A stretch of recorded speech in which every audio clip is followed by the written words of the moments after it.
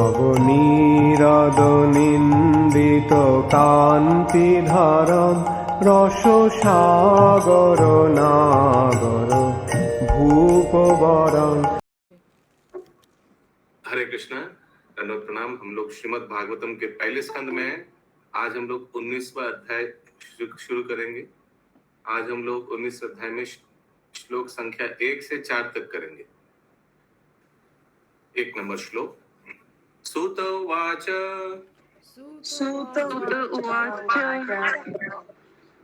महीपतिष्वता तत्कर्म गर्यम्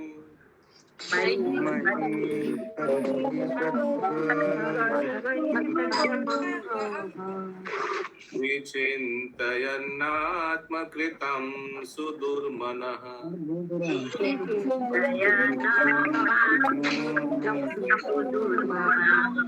अहो मया नीचम् अनर्यवत्कृतम्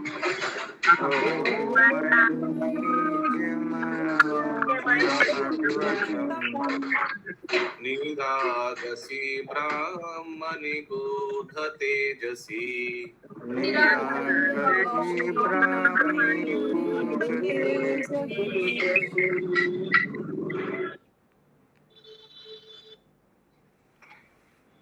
यस, बबीता अग्रवाल माता जी। प्रभु जी हेडफोन लाना पड़ेगा। यस, कंचन शर्मा माता जी।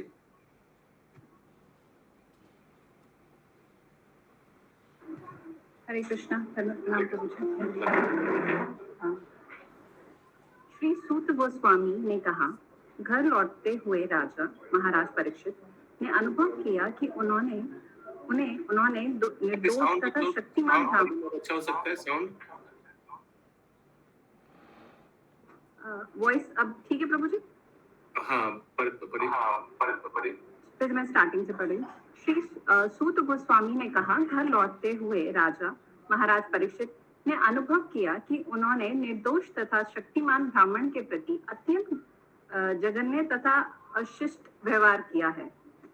फलस्वरूप वो अत्यंत उद्गिन थे। तात्पर्य प्रभु जी? शक्तिमान एवं निर्दोष ब्राह्मण के साथ अपने आकस्मिक अभद्र व्यवहार से पवित्र राजा अत्यंत दुखी हुए। ऐसा पश्चाताप राजा जैसे उत्तम व्यक्ति के लिए स्वाभाविक है, और ऐसे पश्चाताप से भक्त असमिक किए हुए पापों से उबर जाता है। भक्तगण स्वभावतः दोष रहित होते हैं। भक्त द्वारा होने वाले असमिक पापों के लिए खेद प्रकट किया जाता है, और भागवत कृपा से ऐसे अनिश्चित पाप पश्चाताप की अग्नि से जलकर भस्म हो जाते हैं।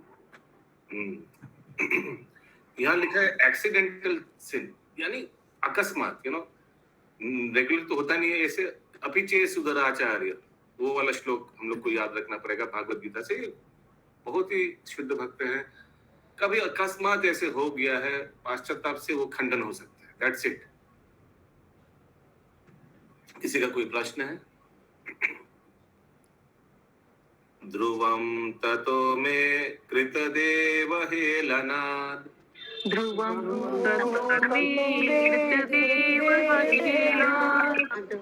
दूरात्यन व्ययं व्यासनमाति दीर्घात्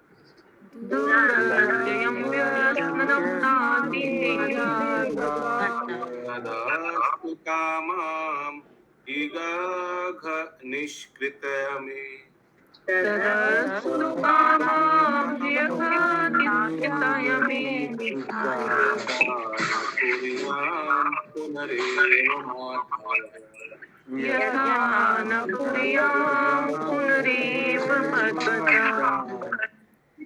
अशोक गुप्ता प्रभु।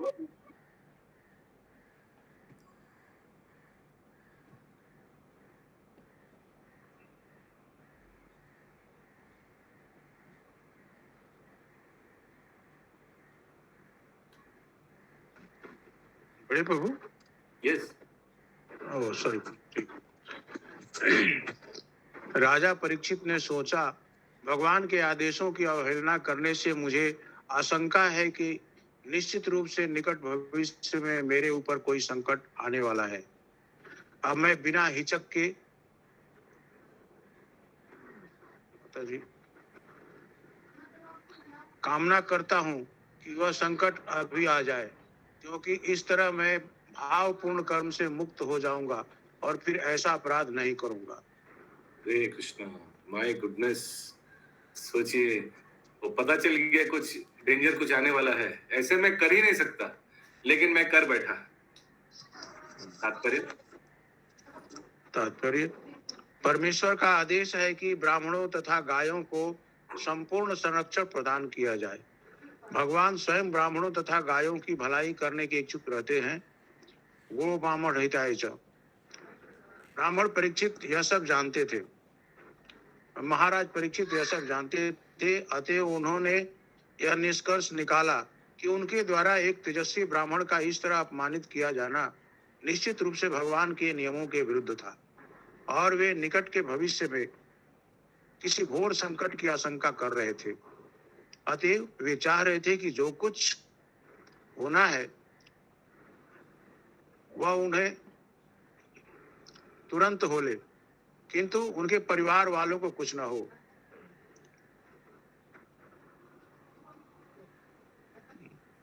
मनुष्य का दुर्व्यवहार उसके पूरे परिवार के सदस्यों को प्रभावित करता है।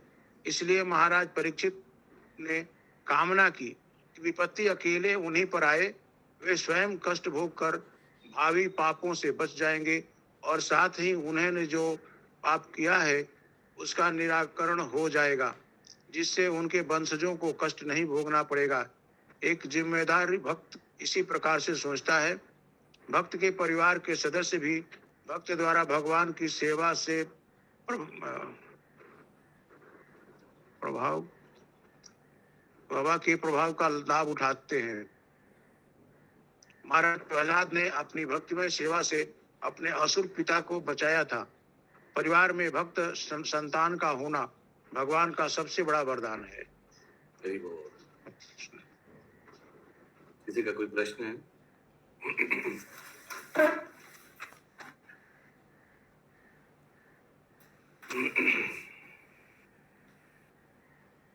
तो भक्त होने से जैसे सबका लाभ होता है, और अगर भक्त द्वारा कुछ गलत कार्य हुआ तो उसका भी सबको फल भोगना पड़ेगा।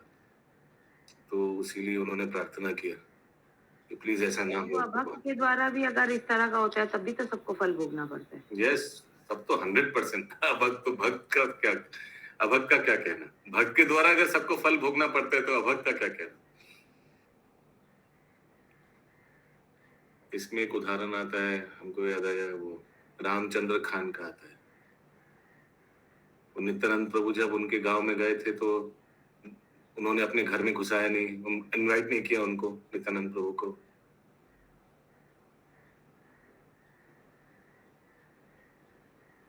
और नित्यानंद प्रभु घर के बाहर बैठे रहे दुर्गा मंडप पे।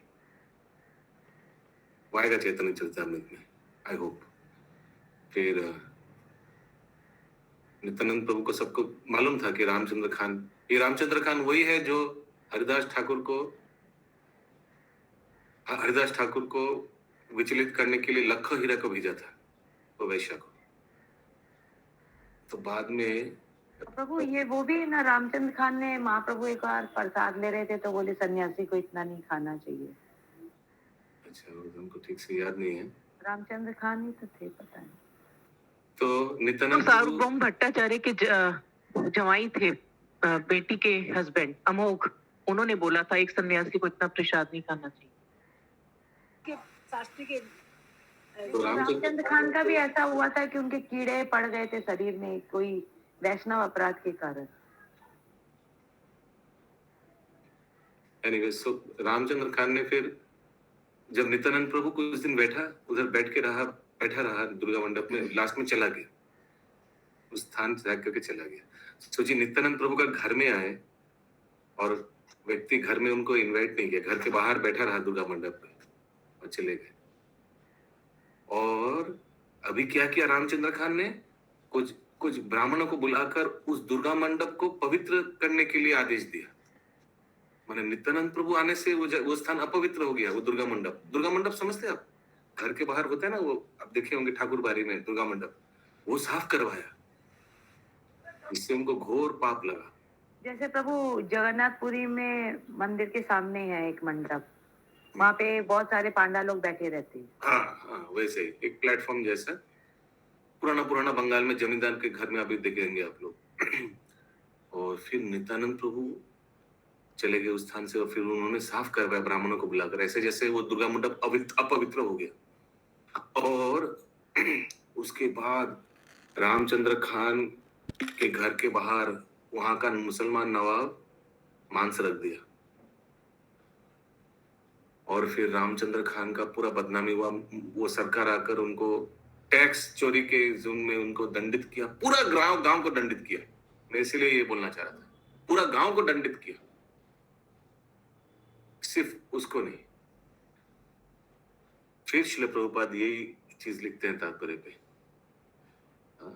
कि ऐसा घिनौना हरकत अगर कोई करेगा तो सिर्फ वो व्यक्ति नहीं, पूरा परिवार, पूरा परिवार क्या कहना, पूरा गांव को दंडित किया जाता है ऐसे।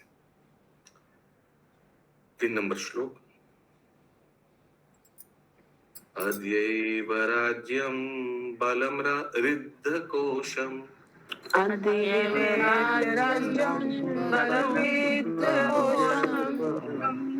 प्रकोपिता ब्रह्म कुलानलो मे।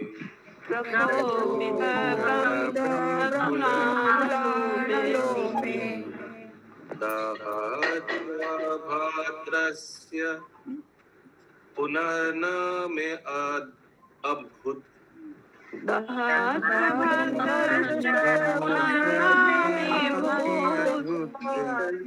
पापी यसी द्विजदेव गोपया।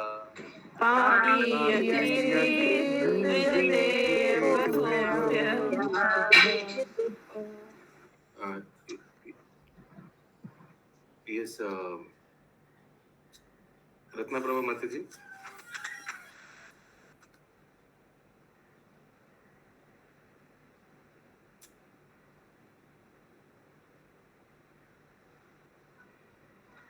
मतलब आवाज नहीं आ रहा है।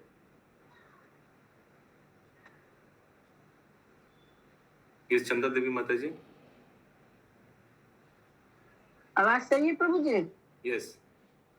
मैं ब्राह्मण सभ्यता इस चेतना तथा गोरक्षा के प्रति उपेक्षा करने के फलस्वरूप अशिष्ट तथा पापी हूँ।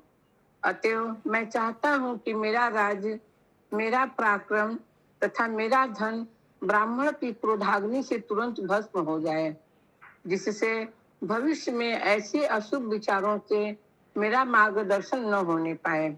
और एक बात, मैं ब्राह्मण सभ्यता ईश चेतना तथा गोरक्षा के प्रति उपेक्षा करने के फलस्वरूप अशिष्ट तथा पापी हूँ। अतएव मैं चाहता हूँ कि मेरा राज्य, मेरा पराक्रम तथा मेरा धन ब्राह्मण की क्रोधा अग्नि से तुरंत भस्म हो जाए, जिससे भविष्य में ऐसे अशुभ विचारों से मेरा मार्गदर्शन न होने पाए। तात्पर्य, प्रगतिशील मानवीय। प्रभु यहाँ पे ये परीक्षित महाराज इस तरह का क्यों बोल रहे हैं? एक बार तात्पर्य पढ़ लेते प्रभुपाद जी का, फिर आलोचना करेंगे। प्रगतिशील मानवीय सभ्यता ब्राह्मण संस्कृति, ईश्वरीय चेतना तथा गोरक्षा पर आधारित है। उपयुक्त सिद्धांतों के संबंध में ही व्यापार, वाणिज्य, कृषि तथा उद्योगों द्वारा राज्य के समस्त आर्थिक विकास को पूर्ण रूपेण उपयोग में लाना चाहिए। अन्यथा समस्त तथाकथित आर्थिक विकास अवनति के साधन बन जाते हैं। गोरक्षा का अर्थ है ब्राह्मण संस्कृति को भोजन प्रदान करना, जिससे इस चेतना प्राप्त होती है और इस प्रकार मानवीय सभ्यता में पूर्णता आती है। कलियुग का लक्ष्य जीवन के उच्च आदर्शों को विनष्ट करना है, और यद्यपि महाराज परीक्षित ने संसार के अंदर कली के वर्चस्व का बलपूर्वक प्रतिरोध किया है, किंतु कली का प्रभाव उपयुक्त समय में प्रकट हुआ, जिससे महाराज परीक्षित जैसे प्रबल राजा से भूख तथा प्यास की थोड़ी सी उत्तेजना के कारण ब्राह्मण संस्कृति की अवमानना हो गई। महाराज परीक्षित ने इस आकस्मिक घटना के प्रति पश्चाताप किया और उन्होंने कामना की कि उनका संपूर्ण राज्य, उनका बल तथा उनका कोष, यदि वह ब्राह्मण संस्कृति के काम नहीं आता तो जलकर भस्म हो जाए। जहाँ कहीं संपत्ति तथा शक्ति का सदुपयोग ब्राह्मण संस्कृति इस चेतना तथा गोरक्षा के उत्थान के लिए नहीं होता, वह राज्य तथा वह घर निश्चित रूप से विनष्ट हो जाता है। यदि हम विश्व में शांति तथा संपन्नता चाहते हैं तो हमें इस श्लोक से शिक्षा ग्रहण करनी चाहिए।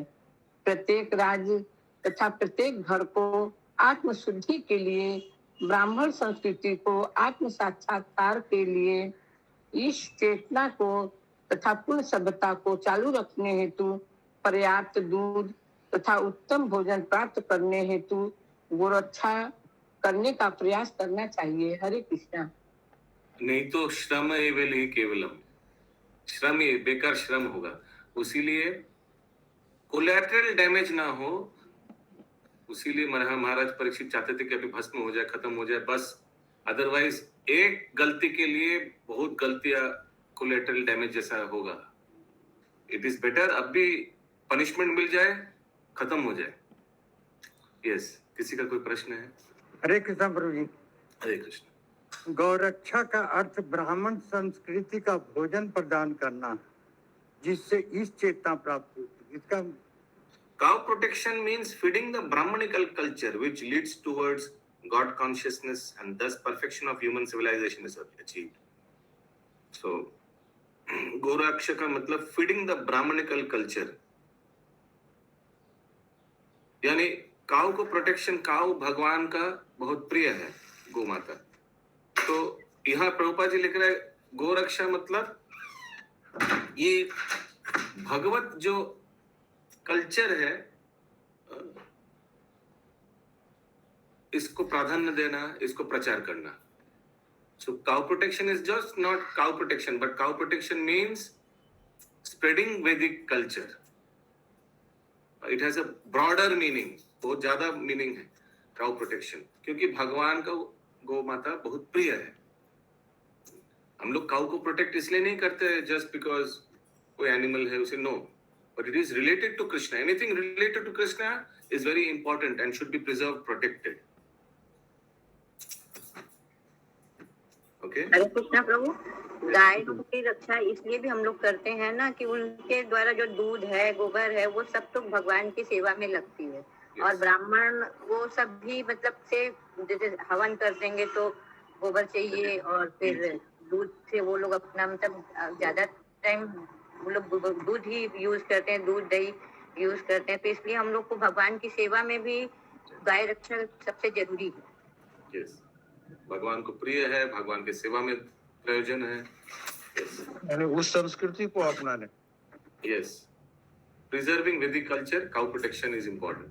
लेकिन प्रभु अभी तो इतना सामने सामने हम लोग देखते हैं लेकिन कुछ नहीं कर पाते। हम लोग एक घर के नीचे ही सारा काम होता है प्रभु। लेके गाय को इतना जबरदस्ती लोरी में डाल डाल के लेके जाते हैं प्रभु, देख करके दया आता है उनके ऊपर, लेकिन कुछ उपाय नहीं। उपाय है, इस्कॉन के भक्त लोग का हाथ में उपाय है।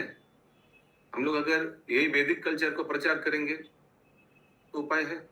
पंकज नेत्र वजीत को लिख रहा है, by protection of cows Brahmins get ghee, milk etcetera for yagya and food also builds.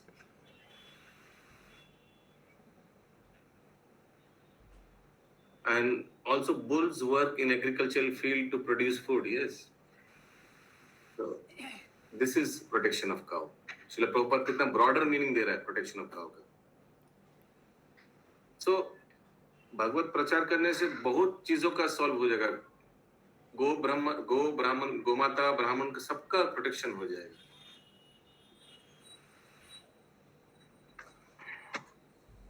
Bhagavad Prachar means just not class, distribution of Srila Prabhupada books, आचार, आचरण से प्रचार, that is more powerful, more long lasting. सोचिए अभी 42 people are here in this class. इनमें से बहुत ऐसा व्यक्ति है, हम लोग 42 में से बहुत ऐसा व्यक्ति है जिन्होंने इस्कॉन के संस्पर्श में आके नशा छोड़ दिया, मांसाहार छोड़ दिया ना. तो उसके वजह से कितना पशु और पंछी का मृत्यु नहीं हुआ.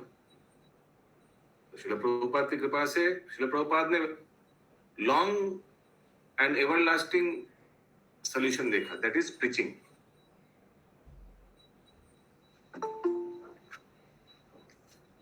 वो अंग्रेजी में कहावत है ना, you feed a man, you feed him for one day, you teach him how to fish, you feed him for the entire life time. ऐसे कुछ है ना. अगर एक व्यक्ति को आप एक दिन के लिए पैसा दे दिया, खाना दे दिया, वो उसका पेट एक दिन के लिए भर जाएगा. लेकिन आप अगर उनको मछली क्या बोलते हैं, मछली पकड़ना सिखा दिया तो सारा जीवन उनका सुरक्षित कर दिया पेट. माने हम इसलिए नहीं बोले कि आप मछली सीखना चाहिए, मछली पकड़ना, लेकिन कुछ अगर सिखा तो ऐसे अगर भक्ति में किसी को ला दिया तो उनका आजीवन सुरक्षित होगा, परिवार, पड़ोसी, एवरीथिंग. और किसी का कोई प्रश्न है रिगार्डिंग महाराज परीक्षित बर्निंग के लिए बोला है, अभी पूरा रिएक्शंस बर्न हो जाए एक्सेट्रा. 4 नंबर श्लोक. सचिंतया नित्यम अथाश्नुत यथा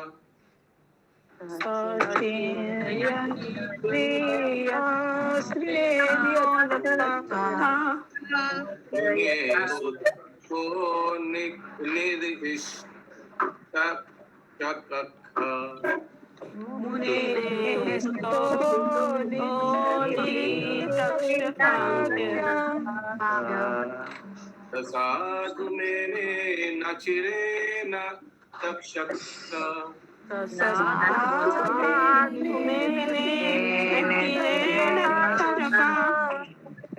नालम प्रशक्तस्य विरक्ति कारणम्.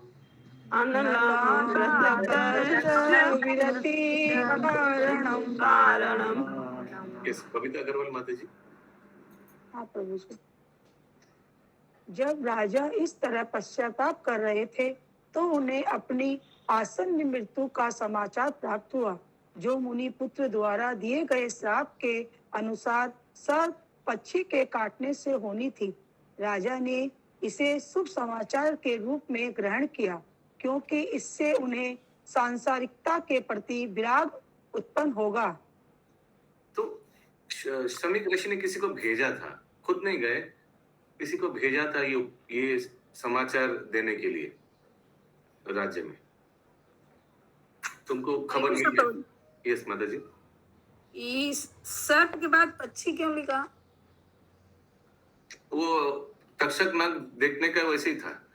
बर्ड लाइक स्नेक बर्ड लिखा है इंग्लिश में. उड़ने वाला सर्प था. उड़ने वाला सांप. उड़ने वाला सांप. हाँ, उड़ने वाला सांप.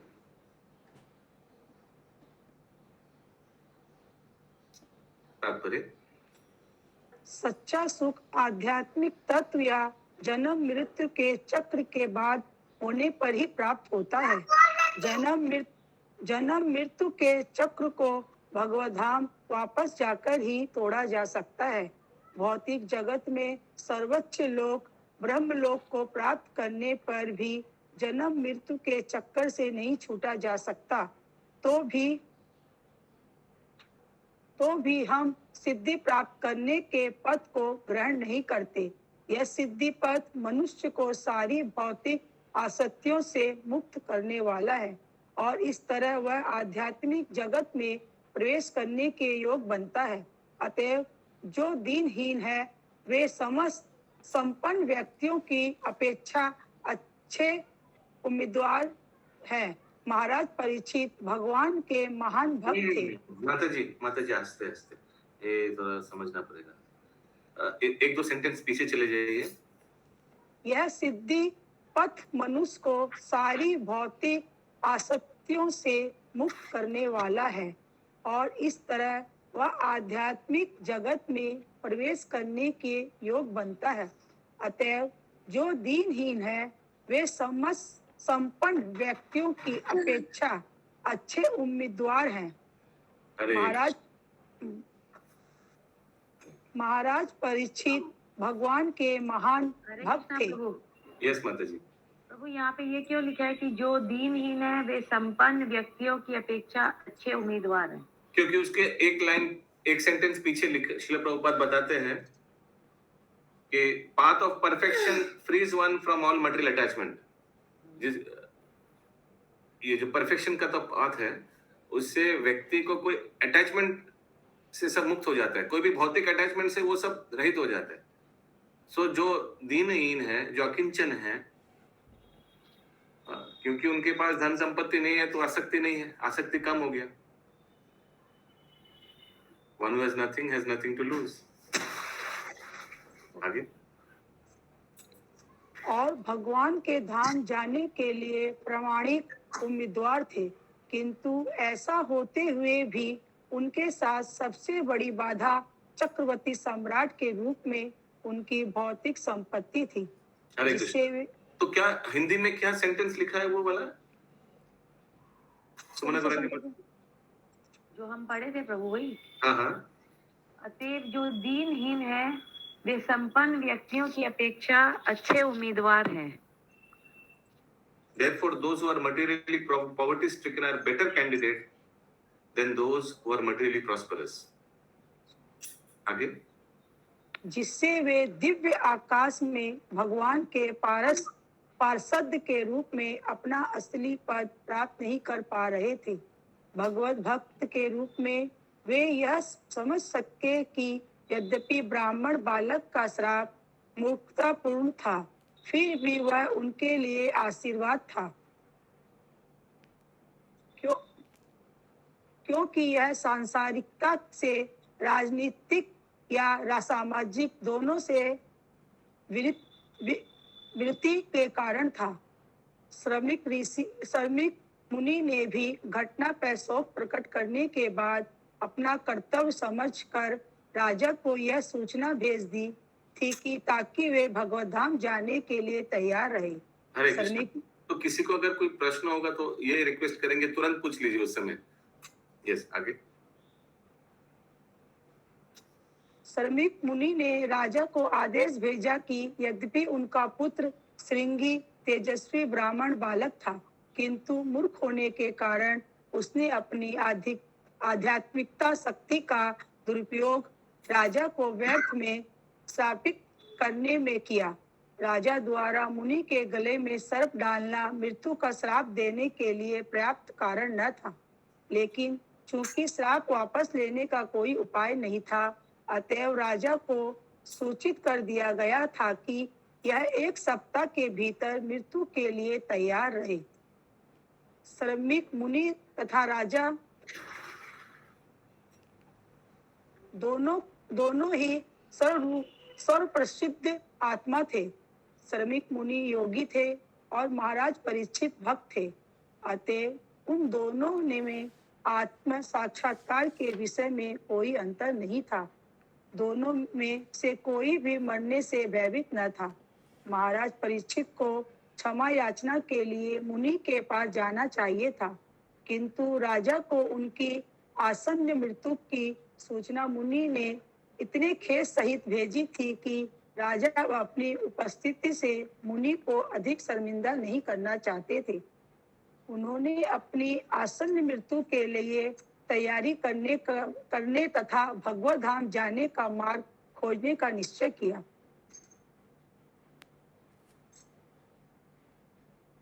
यह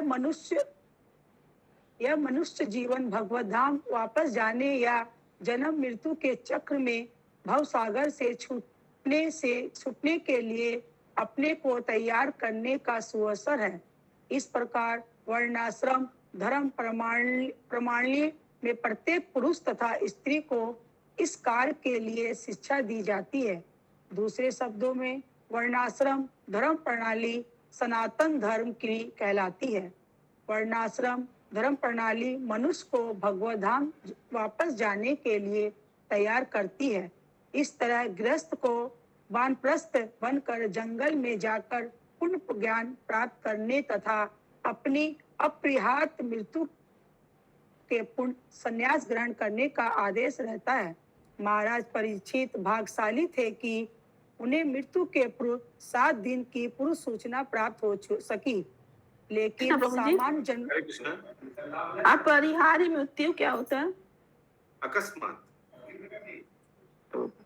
क्या लिखा है सेंटेंस माता जी, इधर पढ़िए। तो बच्चों तो इनएविटेबल है, मतलब which cannot be अनअवॉइडेबल। प्रभु ये भी सेंटेंस हम एक बार लोग पढ़िए माता जी, सेंटेंस। महाराज पद इस तरह गृहस्थ को वानप्रस्थ बनकर जंगल में जाकर पूर्ण ज्ञान प्राप्त करने तथा अपनी अपरिहार्य मृत्यु के पूर्व संन्यास ग्रहण करने का आदेश रहता है। इनएविटेबल, करेक्ट, इंग्लिश में इनएविटेबल लिखा है। सो ये वानप्रस्थ आश्रम ग्रहण करना, it was compulsory, you know, गृहस्थ आश्रम के एक समय है, उसके बाद वानप्रस्थ एक्सेप्ट करना ही चाहिए। हाँ, लेकिन वानप्रस्थ कैसे किया जाता है? यस माता जी। वानप्रस्थ मतलब पूरा गृहस्थ हटके फिर वानप्रस्थ जंगल में। हाँ, वानप्रस्थ या गृहस्थ और वो वनप्रस्थान मतलब गृहस्थ से पूरा विरक्ति। हाँ, बट उसमें वाइफ को लेके जाना पड़ता है। वानप्रस्थ में हस्बैंड वाइफ दोनों रिटायर करके अपने डिपेंडिंग चिल्ड्रन को, उन लोग को पूरा जिम्मेदारी देकर भक्ति में प्रगति करने के लिए। और प्रभु गृहस्थ में रह के जब हम लोग इस तरह से विरक्ति का रहते हैं तो वो क्या होता है? हाँ, वो तो श्रील प्रभुपाद वही रेकमेंड किया कि कलयुग में वैसे ही करने का है। कलयुग में जंगल कहाँ रहा और जंगल में कहाँ आश्रम है, तो उसीलिए घर में रह कर ही पूरा फैमिली भजन कीर्तन में डूबे रहे, तो ये अच्छा है। तो प्रभु भक्तों का तो मतलब 50 से पहले ही शुरू हो जाता है फिर ये। भक्तों का 50 से पहले शुरू हो जाता है, जैसे 50 के बाद गृहस्थ वानप्रस्थ बोला है, तो भक्त लोग जो जैसे जो एक्चुअली सिचुएशन टू सिचुएशन पे डिपेंड करता है। अगर किसी का पूरा फाका माटे गोल, किसी को अगर वैसे अपॉर्चुनिटी उपलब्ध है जहां वो भक्ति में तीव्रता ला सकता है, क्या उसको वेट करना चाहिए 50 होने के तक? जीवन का कोई भरोसा है 50 साल तक कोई जिएगा? तो कलयुग में तो वैसे ही 100 साल कोई नहीं जी रहा है, तो 50 में वानप्रस्थ कहाँ से आएगा? अपने को तो जल्दी जल्दी जाना हो। यस, आगे। लेकिन अपरिहार्य मतलब अवश्य न हुआ। Inevitable death, yes. ओके। लेकिन सामान्य जनों को ऐसी कोई निश्चित पूर्ण सूचना नहीं मिल पाती। यद्यपि मृत्यु सबों के लिए अवश्यंभावी है, मूर्ख लोग मृत्यु के इस निश्चय तथ्य को भूल जाते हैं और भगवत धाम जाने की तैयारी करने के अपने कर्तव्य की उपेक्षा करते हैं। वे खाने पीने तथा आनंद मानने की पार्श्विक वृत्तियों में ही अपना जीवन व्यर्थ कर देते हैं। ऐसा अनुत्तरदायित्व पूर्ण जीवन कलयुग के लोगों तथा अपनाया जाता है, क्योंकि उनके ब्राह्मण संस्कृत ईश्वर चेतना तथा गौ रक्षा के तिरस्कार की पापपूर्ण इच्छा घर किए रहती है और इसके लिए राजसत्ता उत्तरदायी है। राज्य को चाहिए कि इन तीनों बातों की उन्नति के लिए धन खर्च करे और लोगों को मृत्यु की तैयारी करने की शिक्षा दे। जो राजा तीनों क्या क्या है? गो, ब्राह्मण संस्कृति, ईश्वर चेतना, गोरक्षा। गोरक्षा, ईश्वर चेतना, यस, तीन। आगे।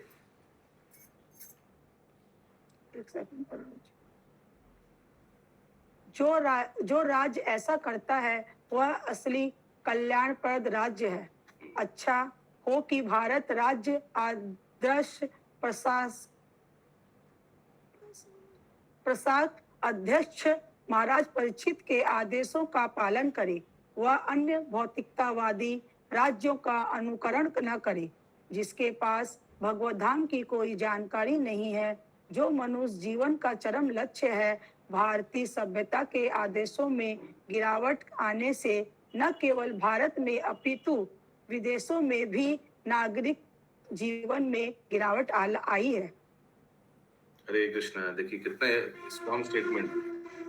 सारा दुनिया में जो ऐसे युद्ध हो रहा है, ये सब के लिए प्रभुपाद बताता है भारतवासी दायी है, दोषी है, क्योंकि भारत भूमिते मनुष्य जन्म हইল जा, जन्म सार्थक करो करो परोपकार। जो भी इस पवित्र भूमि भारतवर्ष में जन्म लिया, उनका ऑलरेडी एक कर्तव्य जन्म से ही एक रिस्पॉन्सिबिलिटी हो गया है। क्या है वो? जन्म सार्थक करो करो परोपकार, प्रचार करना है, भगवत भक्ति प्रचार करना है, कंपल्सरी हो गया रिस्पॉन्सिबिलिटी। 5 नंबर श्लोक।